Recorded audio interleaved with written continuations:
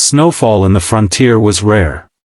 But on the Christmas Eve, when an Apache woman appeared at the doorstep of a lonely rancher, the skies themselves seemed to sense a story was about to unfold, one of grief, hope, courage, and the kind of quiet love only the harsh Wild West could shape. Before we begin, welcome back to Frontier Echoes, where lost tales of the Old West breathe again, where hearts break and heal under the same sky that watched over cowboys, ranchers, outlaws, and warriors. If you crave raw frontier emotion, settle in close to the fire.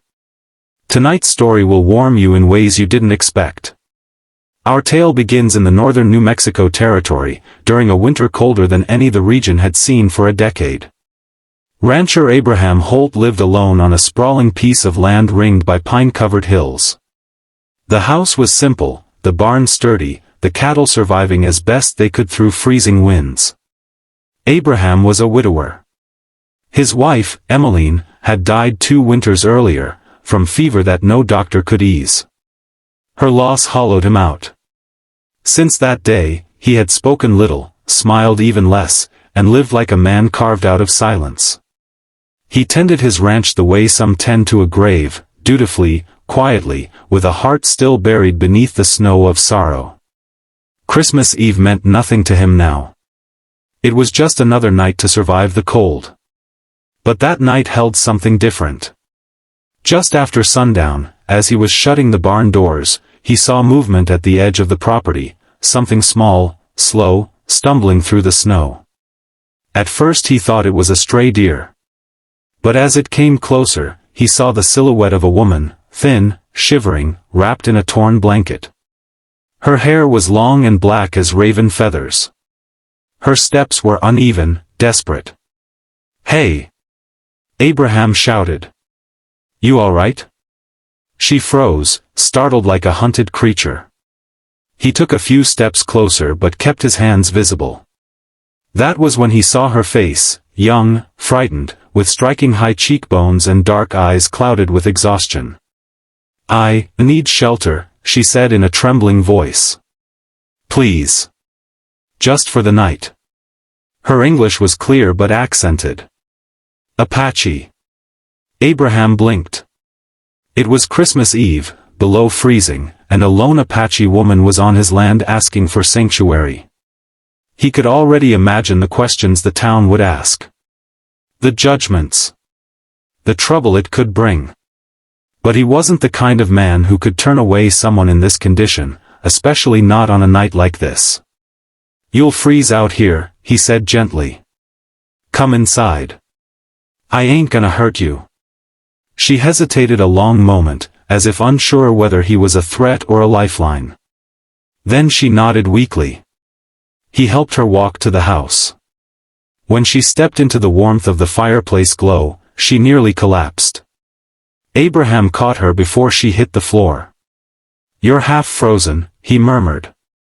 As he set her near the fire, she clutched the blanket tighter. "Thank you, rancher," she whispered. "Name's Abraham Holt," he said softly. "What's yours?" "Talina," she replied. "My people call me Talina." He noticed bruises along her wrists. Fresh cuts. A swelling beneath her eye. Someone had hurt her. More than once. "You're injured," he said. She lowered her gaze, hiding her shame. "Yes. I'll bring bandages," he said. "Sit still. Warm yourself." While he gathered supplies, Talina studied the cabin, simple but cared for. A rocking chair by the fire. A quilt folded neatly on the bed. A photograph of a woman on the mantel. She sensed the sadness in the room long before Abraham said a word. When he returned, he cleaned her cuts gently. She winced only once. "You've been through hell," he muttered. Talina turned her face away from him. "There are men, white traders, who hunt Apache women when they wander alone. They think we have no one to protect us." His jaw tightened. "Did they hurt you?" She nodded once, barely. Abraham swallowed hard. "You're safe here." Talina gave him a long look, one of caution mixed with gratitude. Why help me? You do not know me. Don't need to, he replied. The only sounds for a while were the crackle of fire and the sigh of winter wind outside. Talina slowly warmed, though fear still clung to her shoulders. Abraham heated stew and handed her a bowl. She ate slowly, almost reverently, as if she hadn't tasted real food in days. Where were you headed? He asked. I do not know, she said honestly. My tribe, they moved south weeks ago. I fell behind. Then, those men found me. Her voice quivered. I ran for 2 days. I thought I would die in the snow. Abraham's heart clenched. Not tonight. Talina's eyes glistened. Tonight is your Christmas, yes? It is. You give shelter to a stranger on your holy night, she said softly. Your wife must have been a kind woman. He froze. How'd you know I had a wife? Talina nodded toward the mantel. Her eyes looked gentle. Abraham swallowed hard and looked away. She passed. Talina bowed her head respectfully. I am sorry. For the rest of the night, they spoke little. But something unspoken began to form, a fragile trust between two souls surviving the cold. Later, when Talina started shivering again, Abraham offered her his late wife's old quilt. It's warm, he said. You'll sleep easier. Talina hesitated. I cannot take what belonged to her. She'd want someone to use it, he replied gently. Talina finally accepted it and lay near the fireplace. Abraham sat in the rocking chair, watching the fire die down. Hours passed. The wind eased. The snow fell lighter. Around midnight, when the world was quiet, Talina whispered, Abraham, are you awake? He opened his eyes. Yeah. I must leave tomorrow, she said sadly. I cannot bring danger to you. You're not going anywhere until you're safe, he replied. You do not understand, she insisted. Those men, they saw me run this way. They may follow my tracks. If they find your ranch. Abraham stood, walked to her, and looked into her worried eyes. If trouble comes, he said firmly, I'll face it. I don't abandon people. Talina stared at him for a long moment, searching for lies. She found none. She closed her eyes and finally slept. But just before dawn, danger found them.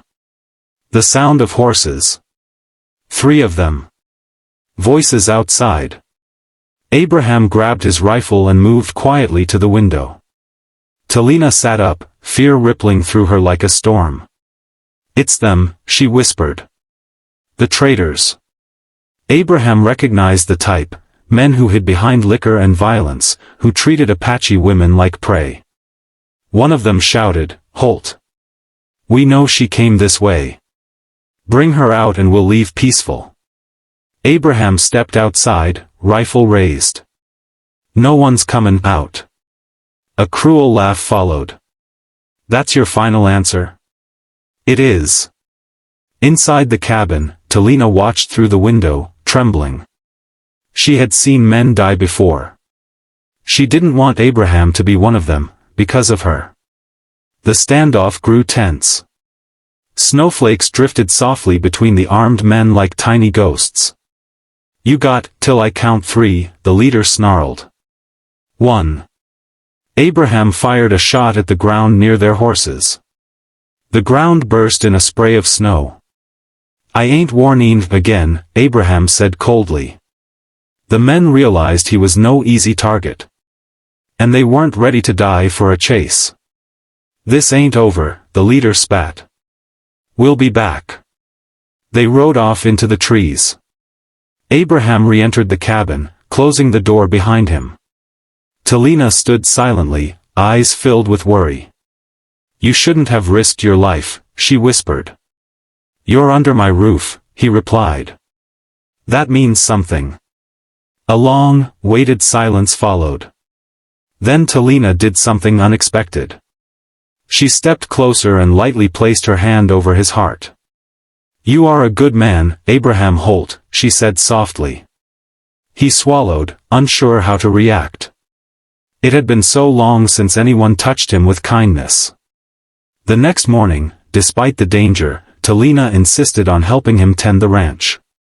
She chopped wood, tended the horses, even helped mend the barn door that the wind had torn loose days earlier. "You don't have to work," he told her. "It warms me better than a fire," she replied. As the morning wore on, they found themselves talking more naturally. Talina spoke of her childhood, learning to track deer, to gather herbs, to read the sky. Abraham shared memories of his wife, her laughter, her stubbornness, the way she sang while cooking. Talina listened without jealousy or discomfort. Instead, she seemed to honor Emmeline with her quiet respect. Later, while gathering water from the well, Talina asked, "Do you fear what the town will say? When they learn I was here?" Abraham shrugged. "Folks are always talkin'. Doesn't matter to me." "But you live among them," she said. "They are your people." "They ain't the ones who kept me alive these past few years," he replied softly. Talina froze, her breath catching. Their eyes held for a long, fragile moment. Days passed, and snow blanketed the land in soft layers of white. Talina grew stronger, brighter, more alive. She cooked meals with flavors Abraham had never tasted. She sang softly in Apache while tending the fire. She walked the ranch with confidence, leaving light footprints on the snow. Abraham found himself seeking her presence without even realizing it, listening for her voice, her laughter, the gentle patter of her steps. One evening, as they watched the orange glow of sunset through frosted windows, Talina spoke quietly. "I should go soon," she said. Abraham's heart dropped. "Why? You gave me warmth, shelter, safety. I cannot take more than that." "I don't want you to leave," he said before he could stop himself. Talina turned to him, eyes shining. "Why?" He didn't know how to answer, not with simple words. His grief and his hope tangled together, leaving him breathless. "You filled the silence," he finally whispered. "And I didn't know how empty I was, until you arrived." Talina's lips trembled. "Abraham." He froze, unsure whether to say more. But the decision was made for him when the sound of horses echoed again outside, more this time. 5, maybe 6. The traders had returned, and brought friends. Abraham grabbed his rifle. Talina moved to stop him. "No," she said firmly. "You cannot face them alone. I ain't lettin' them take you." But Talina wasn't planning to hide. She stepped out into the snow before he could follow. The men rode up, sneering. Well, the leader smirked. "Look who's brave today." Talina lifted her chin. "You will not take me. You think this rancher can protect you? Think again." Abraham stepped up beside her, rifle aimed. "I ain't a skin," he growled. "Leave now." The men drew their guns. For a frozen moment, the world held its breath. Then Talina acted. She grabbed a handful of crushed pine resin and ground sage from the pouch in her pocket, her last bit of medicine. With a fast motion, she threw it into the fire pit beside the barn. Flames erupted in a massive plume of choking white smoke, blinding the men. Horses reared. Men shouted, coughing and stumbling. Abraham fired a warning shot that sent them scrambling. "Next one hits the ground under your boots," he warned. The men panicked. They mounted their horses and retreated, disappearing into the snowy woods. When the smoke cleared, Talina collapsed to her knees, shaking. Abraham rushed to her. "You all right?" She nodded, breath trembling. "I could not let them take me again." Abraham pulled her into his arms, instinctively, protectively. She didn't resist. Instead, she leaned into his warmth, trembling like a bird rescued from a storm. "You're safe," he murmured. "As long as I'm alive, you're safe." She looked up at him, eyes brimming with emotion. "Abraham. I don't want to leave." His breath caught. "I don't want you to leave either." The wind stilled. Snowflakes drifted around them like gentle blessings. Slowly, with the courage of someone finally choosing hope over fear, Talina whispered. "Then, let me stay. Not just as a guest, but as someone who chooses this home. And, chooses you." Abraham's throat tightened. For the first time in years, warmth returned, not from fire, but from the beating of his own heart. He cupped her cheek gently. "Talina, if you stay, this becomes your home forever." She nodded, tears shining. "I want it."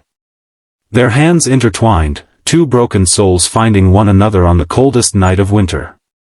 And that Christmas Eve, something changed in the Holt Ranch.